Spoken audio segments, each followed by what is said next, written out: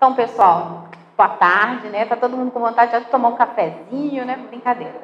Bom, eu sou Beatriz, eu sou pesquisadora em saúde pública e meio ambiente, eu sou enfermeira de graduação. Aí, eu sou do Mato Grosso, né? Eu estudei numa região pantaneira, do Pantanal, saí de lá, fui para Fiocruz Rio, aí fui estudar um pouco sobre poluição proveniente da queimada e os efeitos na saúde humana. E dali a gente começou a estudar, além dos efeitos das queimadas, também os efeitos via mudança climática. E aí há uma particularidade nossa, porque a gente estudou, quando a gente estava estudando poluição atmosférica, a gente estudou muitas comunidades tradicionais, mas a gente nunca trabalhou especificamente com os povos indígenas. Mas e aí tem uma fala que eu estava falando com o Paulo, que é muito interessante, né? A responsabilidade que você tem de vir aqui falar sobre saúde. Porque quando a Marciana veio aqui, ela falou o primeiro direito violado dela é o direito dela ter saúde, né? E aí você vem aqui numa fala e a gente tem tudo em escala muito regional. O que é uma escala regional? A gente olha para o nosso serviço hoje de saúde, para o nosso sistema, onde a gente mede saúde, e a gente, dificilmente, a gente consegue ter dados robustos da população indígena e das comunidades tradicionais, mais especificamente das áreas indígenas. Então, às vezes, eu falo assim, eu não consigo nem olhar e enxergar vocês nos dados, porque esse dado não é preenchido. Tá? Ele não é preenchido no sistema de saúde. Se ele é mal preenchido. Então, eu não sei, por exemplo, que ela fala assim, quem são? Nós também não sabemos. Nós não sabemos por quê. Porque está lá que ele é indígena, mas eu não sei qual é a causa de óbito dele. Por que eu não sei a causa de óbito dele? Porque não tinha um médico lá para testar qual era a causa de morte que ele tinha. Então, eu tenho muita subnotificação, seja de óbito, seja de o que a gente chama de serviço de notificação compulsória. Então, eu tenho uma aluna que está trabalhando agora com a população indígena, mas na região do Mato Grosso. Mas a gente vai expandir para a área da Amazônia Legal. E ela fala assim, professora, eu queria trabalhar com outra coisa que não fosse malária. Por quê? Porque malária é o dado que a gente tem hoje, que é especificamente mais, que a gente diz, mais robusto, que é melhor preenchido. Então, tudo que eu vou falar aqui, eu quero mais soltar como reflexão para vocês do que vocês gostariam. Porque quem entende, quem passa os impactos são vocês que estão na ponta. Tá? São vocês que estão nos territórios. Então, o que a gente fala é em escala regional, a gente fala em escala mais ampla. E vocês nos dão as direções para discutir isso em escala local. Então, vai ser um prazer. Para mim, é por aqui, né? Eu acho que é melhor você passar. Não foi? Pode passar.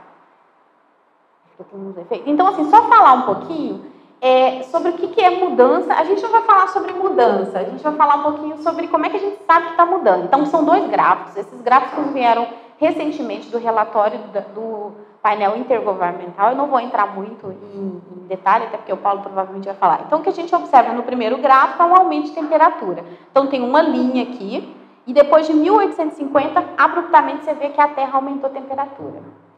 E aí, consequentemente, eles conseguiram simular de qual desses efeitos, né, qual é a contribuição que a gente tem de aumento de temperatura proveniente dos que a gente chama de emissões naturais, o que é de emissão combinada com atividade humana. Então, no segundo gráfico, está em azul. Deixa eu pegar, não tem que pegar. Bom, mas tem essa parte azul, que é o que simula qual seria o aumento de temperatura somente proveniente do que a gente chama de emissões naturais, sem atividade humana. E aqui a gente tem aquilo que é simulado e o que é observado com as atividades humanas. Ou seja, o aumento de temperatura que aconteceu na Terra tem particularidade o quê? A contribuição das atividades humanas. Tá? E aí vamos olhar agora em escala regional. A gente não está olhando agora, a gente olhou para o efeito global. Agora vamos olhar para a escala regional, que é a Amazônia.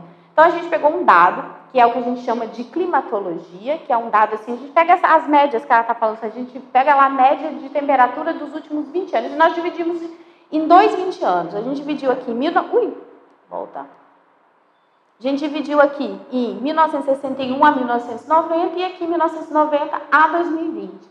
E o que a gente observa em termos de temperatura? Então, a gente tinha esse cenário e a gente tem esse cenário. Ou seja, um aumento de temperatura em escala regional e local especialmente naquela área ali que a gente chama de área do arco de desmatamento, que todo mundo aqui já citou. Aí você fala assim, tudo bem, então nós aumentamos a temperatura, a gente aumentou essa faixa, aquela faixa que eram temperaturas mais amenas, de 20, 21 graus, ela desaparece, tá? Ela desaparece aqui, tá? Ela começa a ficar mais laranjinha, um pouco mais intensa. E aí a gente pergunta assim, ok, está aumentando a temperatura, mas qual é o efeito disso na saúde humana? Aí a gente olha aqui, não ficou bom, né? Porque a nossa resolução não ficou legal. A gente tem mudança no clima, então a gente mudou a temperatura, a gente mudou o clima e a gente pode olhar essa mudança no clima de diversas perspectivas. Aqui nós estamos olhando em aumento de temperatura, tá? A mudança no clima, ela cria algumas exposições. Uma delas que a gente sempre fala é aumento de evento extremo. Então, por exemplo, aumento de evento extremo, onda de calor, aumentou a temperatura, que antes a gente não atingia, a gente passa vários dias seguidos exposto a esse aumento de temperatura. Ou então a gente tem uma seca prolongada, ou a gente tem uma inundação, a gente tem eventos extremos. E esses eventos extremos têm uma probabilidade menor de acontecer, mas se acontecer, tem um impacto muito grande na saúde humana. Vou dar um exemplo para vocês agora. Recentemente, a gente teve um aumento de temperatura acima do esperado nas regiões da Ásia e da Europa, que matou milhões de indivíduos, porque eles não estavam aclimatados, ou seja, eles eram indivíduos que não têm ainda fisiologicamente capacidade e foram a óbitos por conta desse aumento de temperatura.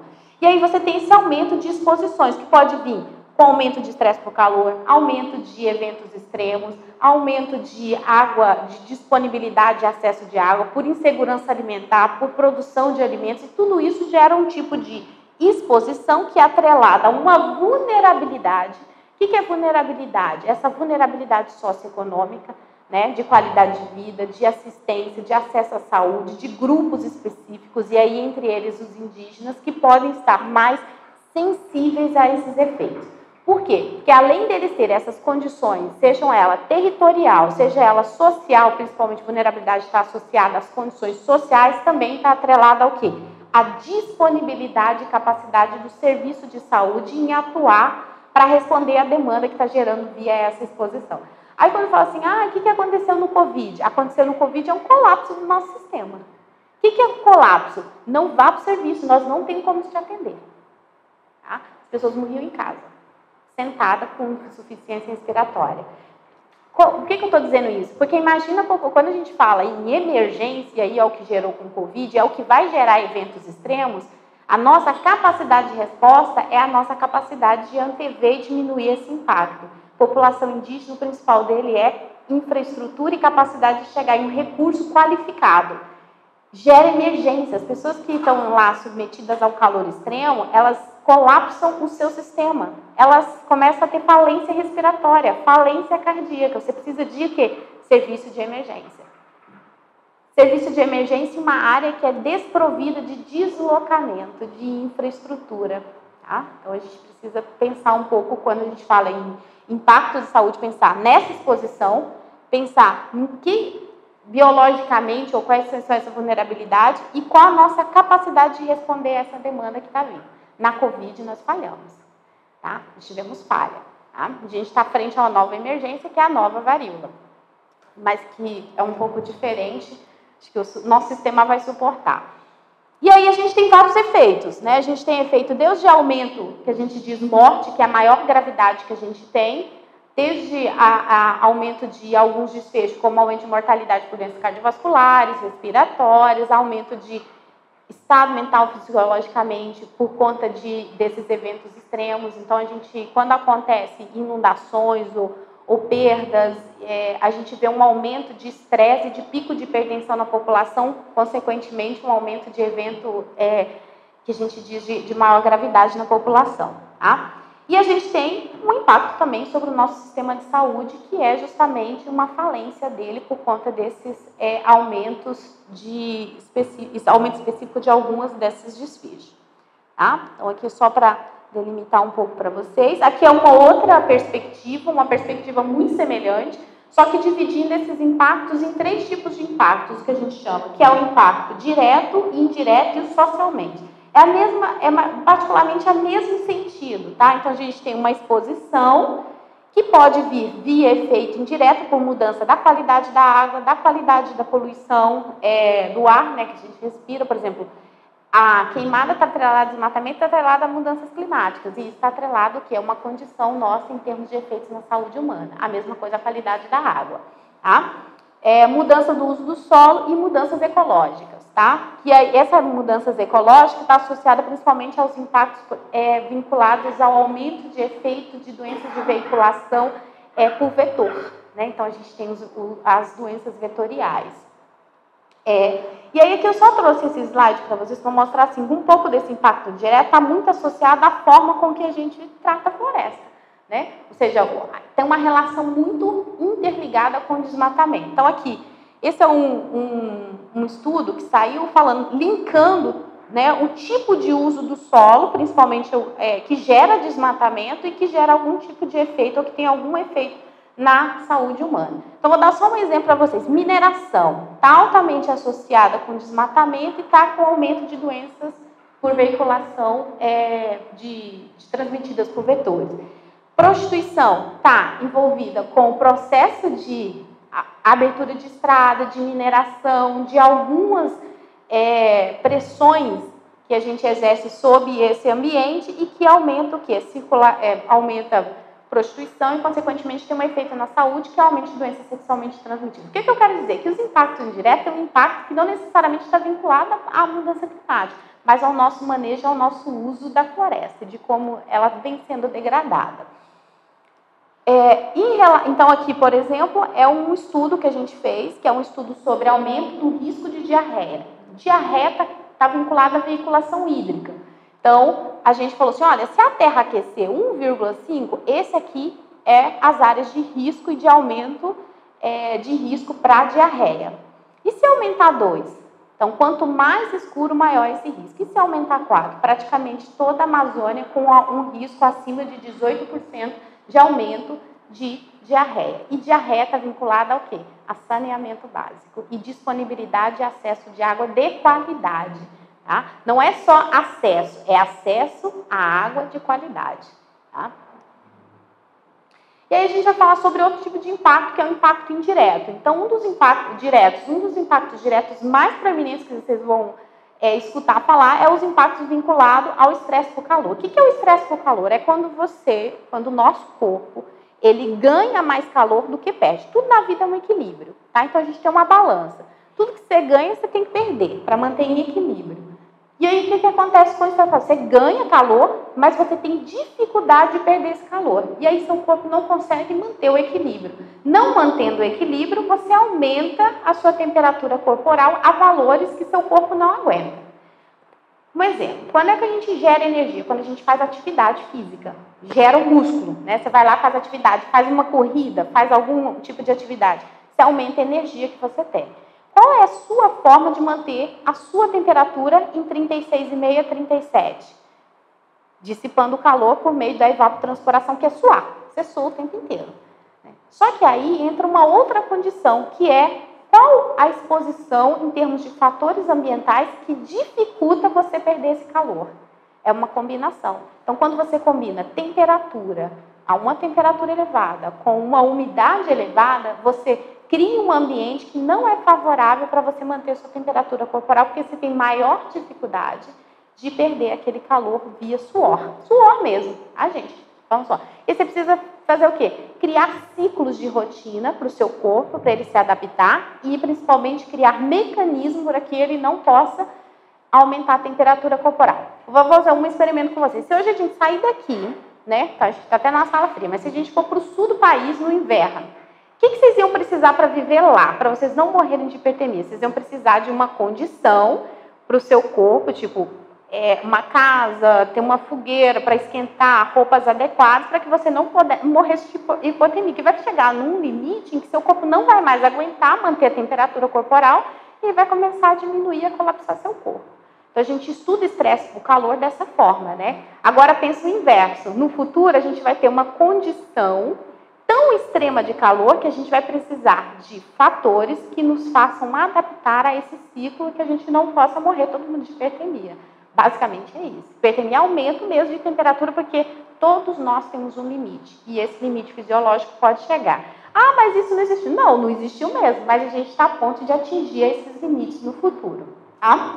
Então, só para vocês terem uma ideia, que a gente trouxe alguns grupos que têm maiores dificuldades de manter essa regulação, ou porque geram, ou porque biologicamente não conseguem, e como seria essa relação. Então, uma temperatura de 38 com uma umidade relativa de 70% é risco para a saúde humana. O que isso quer dizer risco? Se você não combinar isso com o fator que a gente chama de aclimatação, ou seja, de você procurar um lugar para resfriar seu corpo, você entra em colapso, tá?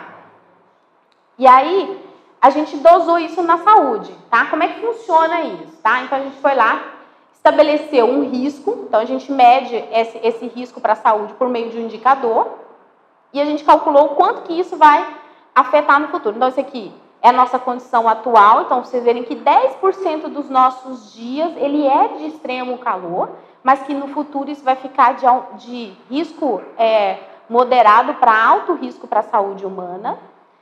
Atualmente, a gente passa na região norte, né, assim, na área de região amazônica, cerca de 25% dos nossos dias em estresse por calor moderado. No futuro, que eu digo assim, num cenário com aumento de 4 graus da temperatura, a gente vai passar 90% dos nossos dias no ano numa temperatura que não tem condição de a gente fazer algum tipo de atividade física ao ar livre. Tá? E aí a gente dosou isso lá, a gente mediu isso lá na saúde. Ó, atualmente, a cada 100... Isso aqui são as capitais, tá? Por que a gente trabalha com capital? Por causa da qualidade do dado. Tá? Então, a cada 100 pessoas, hoje 5 morrem por conta desse aumento de temperatura acima de 28, desse indicador aqui acima de 28. No futuro, a gente vai passar, a cada 100, 5, de 100, 30 vão morrer por conta desse aumento de temperatura. Tá? Então, isso é só uma medida. A gente está passando de 100, que é hoje 5, são, né, de 5% para 30%. Então, ou seja, hoje a gente dificilmente dá conta dos 5%, porque nós temos outras condições de saúde que sobrepõem o nosso sistema, e nós vamos passar a ter um aumento ainda de 30% para 30%. Em algumas regiões chega a ser 40% esse aumento. Tá? Então, isso é só uma demonstração para vocês. Tá? Isso aqui é redução de trabalho. Tá? Então, foi lá, pesquisadores, fizemos essa mesma estudo, só que olhando o quê? Olhando para 1995 e depois para 2085 e calculamos qual seria a redução de capacidade de trabalho por causa do calor. O que é capacidade de trabalho? Coletar, pescar, fazer atividade de agricultura, qualquer tipo de atividade humana que envolva trabalho braçal e muscular. Então, nós vamos ter aqui, ó, a gente tem aqui na região da Amazônia cerca de uma perda de 5 a 10% da nossa capacidade de trabalho, tá? De gerar trabalho, principalmente na agricultura. No futuro, com o aumento da temperatura, a gente pode chegar aqui, ó, uma perda até de 40%, que são essas regiões mais escuras, por condições que não são favoráveis para desenvolver qualquer tipo de trabalho, que eu digo trabalho mesmo outdoor, né, que é fora, no ambiente externo. E aí, mais recentemente, olhando muito na perspectiva dos serviços ecossistêmicos, né, que são fornecidos para a floresta, nós desenvolvemos um estudo para avaliar justamente o efeito combinado que a gente tem, fazendo então um exercício. E se, no futuro, a Amazônia não fosse a Amazônia que a gente tem hoje? Se ela fosse uma savana, né? Então, a gente fez um experimento. Esse experimento foi com o Paulo está aqui, com o professor Carlos Nobre, e a gente calculou, a gente mediu qual seria esse efeito no estresse por calor se a Amazônia não tivesse a cobertura vegetal que ela tem na atualidade. Ou seja, se a gente atingir aquele limite que a gente tem e tudo fosse uma savana. Tá? Então, qual seria o efeito que a gente teria na saúde humana? Então, a gente fez basicamente esse experimento, esse exercício. Aqui não ficou muito legal, né? Mas enfim. Isso aqui é o efeito, então, assim, independente se a gente substituir ou não a floresta, a gente tem um efeito das mudanças no clima, né? Então, a gente fez uma projeção, e aí a gente tem esse aumento aqui, ó, na região amazônica, chegar a um valor de aproximadamente 34 daquela exposição. Lembra? A gente mediu 28. Com 28, a gente já tinha um aumento de 30% da mortalidade. Aqui a gente está falando que não, que os valores máximos, né, a média das massas vai chegar a 34. A gente nunca atingiu no mundo valores de igual a 34. A gente atingiu 32, mas raramente, tá? A frequência desses eventos é que é importante para a saúde humana. E se a gente associar esse efeito aqui e combinar ele com uma outra vegetação? Olha, não é essa vegetação que a gente tem, não. A gente vai substituir por savana. A gente passa dessa condição e essa localização aqui, que é a bacia amazônica, que é a região da Amazônia, concentra cerca de 250 mil, né, indivíduos indígenas, né, população indígena, pode chegar a picos de 41 daquele valor. Veja bem. 28 já tem um efeito, 34 é quase impossível. Eu estou dizendo para vocês que a gente vai atingir 41 sem a floresta, tá? O que isso implica? Implica que a gente não vai conseguir estar exposto a essa condição sem algum tipo de adaptação, tá? Aqui é só um efeito de que a gente fez a diferença, né? Então, isso aqui é em relação ao histórico. É o efeito combinado que a gente tem em dois cenários. Esse é um cenário que a gente faz alguma coisa em termos de redução de mudança, e aqui a gente é o pior cenário possível. Olha, não vamos fazer nada, vai aumentar aproximadamente 4 graus em temperatura então, da Terra, mas nesse indicador, essa diferença que a gente pode ter no futuro em relação ao que a gente tem no histórico, que é o presente, chega a ser 11 graus. No indicador, eu não estou falando da temperatura, não, eu estou falando do indicador. Tá? O que é esse indicador? Uma combinação da temperatura com umidade, velocidade do vento, que nos dá a nossa percepção, a nossa sensação, o quanto o nosso corpo aguenta. É o que eu disse, olha, numa atividade exaustiva, a gente aguenta até 28. Acima de 28, já precisamos pensar. Nós vamos chegar a 34. Aqui, eu estou dizendo assim, olha, e essa diferença pode ser de 11 graus na região amazônica. 11 graus no indicador. A gente está saindo de uma... Ah, mas isso não pode acontecer. Gente, a gente está falando assim, olha, se acontecer, eu vou dizer, qual é a probabilidade? A probabilidade de acontecer, ela pode ser baixa, mas se acontecer, ela é catastrófica. Tá? Aqui é só mostrar uma distribuição para vocês. Então, a gente faz essa medida sem a radiação e com a radiação solar. Radiação é na sombra, está embaixo da árvore. E esses indicadores que eu disse para vocês são justamente na sombra. E aí a gente tem os limites aqui para a saúde humana, e aí a gente tem a condição. Esses tracejados aqui são com a floresta atual, né? O aumento com as mudanças climáticas, mas com a floresta. E aqui, esses que não são tracejados, são sem a floresta e uma vegetação do tipo savana. Então, o que isso nos dá? Olha aqui, no futuro, com a floresta, só com os efeitos da mudança climática, acima de 34, a gente vai ter mais ou menos 10% dos dias. Né? Então, no futuro, né, 10% dos dias, pelo menos 1 hora do dia, você vai atingir 34. Tá? E sem a floresta amazônica? Essa frequência é 50%. Ou seja, você vai ficar em um ano, 50% dele, uma vez ao dia, pelo menos, você vai atingir essa temperatura. A gente está passando de 10% para 50% a frequência. Tá? Então, qual é a importância para a saúde humana de você manter a nossa cobertura atual da forma como ela é? Tá? Aqui é o último slide, tá? Só para mostrar para vocês um pouquinho que a gente fez isso condicionado à vulnerabilidade. O que significa isso? Onde é que esses impactos vão acontecer? Em quais localidades esses impactos vão ser maiores? E aí essas figuras é um índice que a gente usa, o índice do IPEA. Esse índice, ele me dá que quanto mais próximo do 1, mais vulnerável eu sou em termos de saúde. Quanto mais próximo de 1, mais vulnerável em termos de infraestrutura e de renda e trabalho. Tá? E aí, onde é que estão esses impactos? Esses impactos estão maiores. Aqui é Manaus, tá, gente? Esse aqui é Manaus, tá?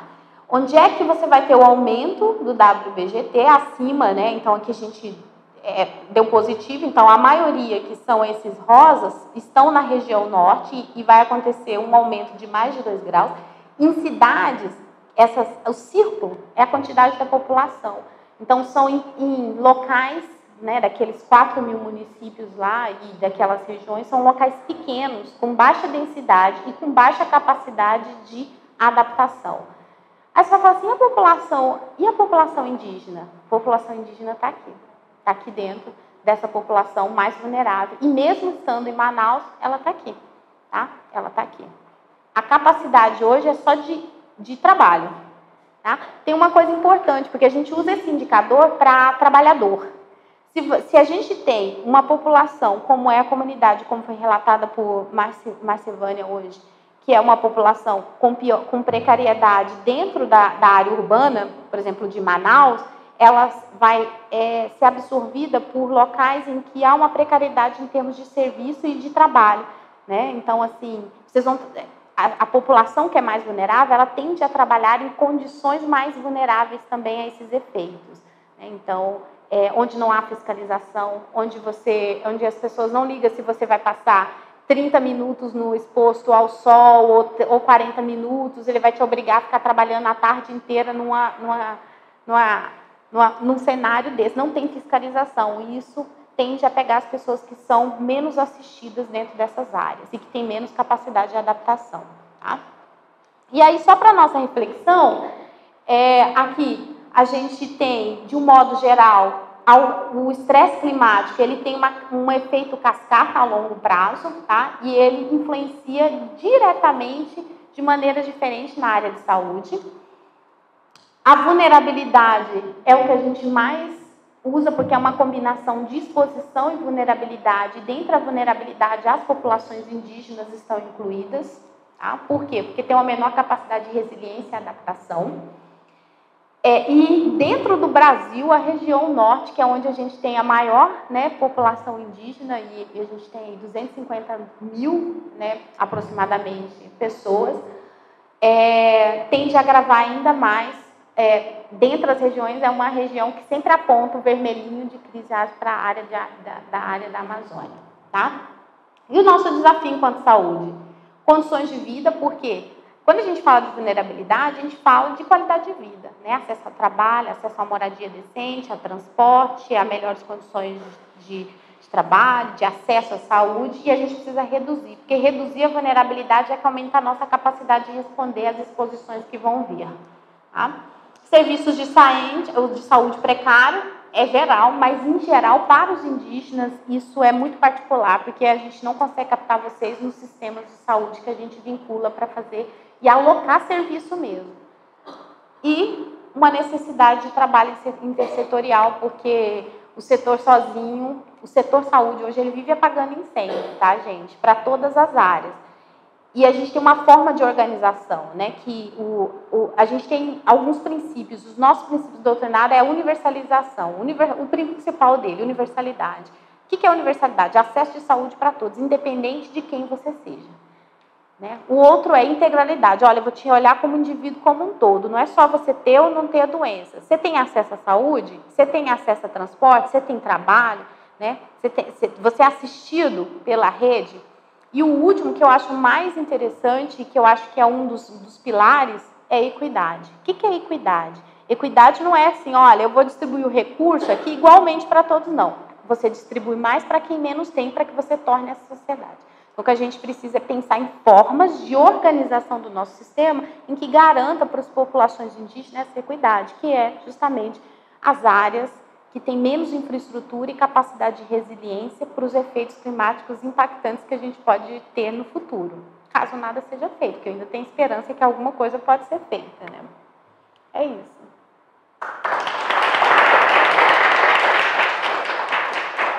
Muito obrigado, Beatriz. Se nós precisássemos de apenas um motivo para começar imediatamente a trabalhar contra essas doenças climáticas, era ter todos. A gente tem muitos, né? Mas um que é nossa própria capacidade de viver no ambiente, né? Não ter que ficar fugindo da atmosfera, porque ela é potencialmente mortal, né? E a outra coisa que eu queria observar é que falou do acesso à assistência, né? Vai ser uma prioridade, é uma das tarefas mais agudas para as populações indígenas que estão naturalmente mais longe, né? É da característica das populações estarem nos interiores mais profundos, né? Então, claro que o ideal seria o governo providenciar toda infraestrutura, como para qualquer brasileiro, a gente tem SAMU, existe, né, a saúde indígena, mas ao que me consta, e por isso a gente vai ter um debate daqui a pouco, entre todos, né, vocês nos contam como é essa assistência, né? Ela é suficiente, ela é de qualidade, né? Mas suponha que não seja. A gente vê um monte de cenários, será que a gente precisa ficar sempre dependentes da boa vontade do governo de turno, né, do governo de turno, ou a gente consegue ter um sistema que as próprias populações, no seu coletivo, conseguem, por exemplo, trazer um médico, ou levar a pessoa com um avião. Eu li esses dias que tem mais de 2.000 pistas de pouso espalhadas pela Amazônia. Eu não nome do número agora, é uma notícia dessa semana. Se não for mais de 2.000, não catalogado. Isso, ou seja, infraestrutura de aviação tem de sobra, né? Elas estão sendo usadas por crime agora, né? A maioria delas. Até alguns casos emblemáticos, até a própria pista da aldeia, né? Do posto de saúde, foi tomada pelos criminosos, né? Então, essas situações, se a gente consegue implantar, fazer acontecer uma economia viva, com recursos, os aviões existem, né? Os rádios e telefones podem chamar, então, muda o patamar de autonomia até em relação a prover e atrás. Claro, sempre exigido que seja um serviço público, mas se não for, o que a gente faz? Morrer não é uma opção, é conseguir fazer como qualquer pessoa. Se a ambulância não vem, você liga para uma, né? E chega, né? Mesmo aqui, mesmo no contexto urbano, né? Esperando a ambulância não chegou. É emergência. Então, com esse modelo que a gente propõe, que queremos construir juntos, dar essa condição de dignidade de poder, se necessário, chamar o médico ou levar para o médico, independente de onde você mora.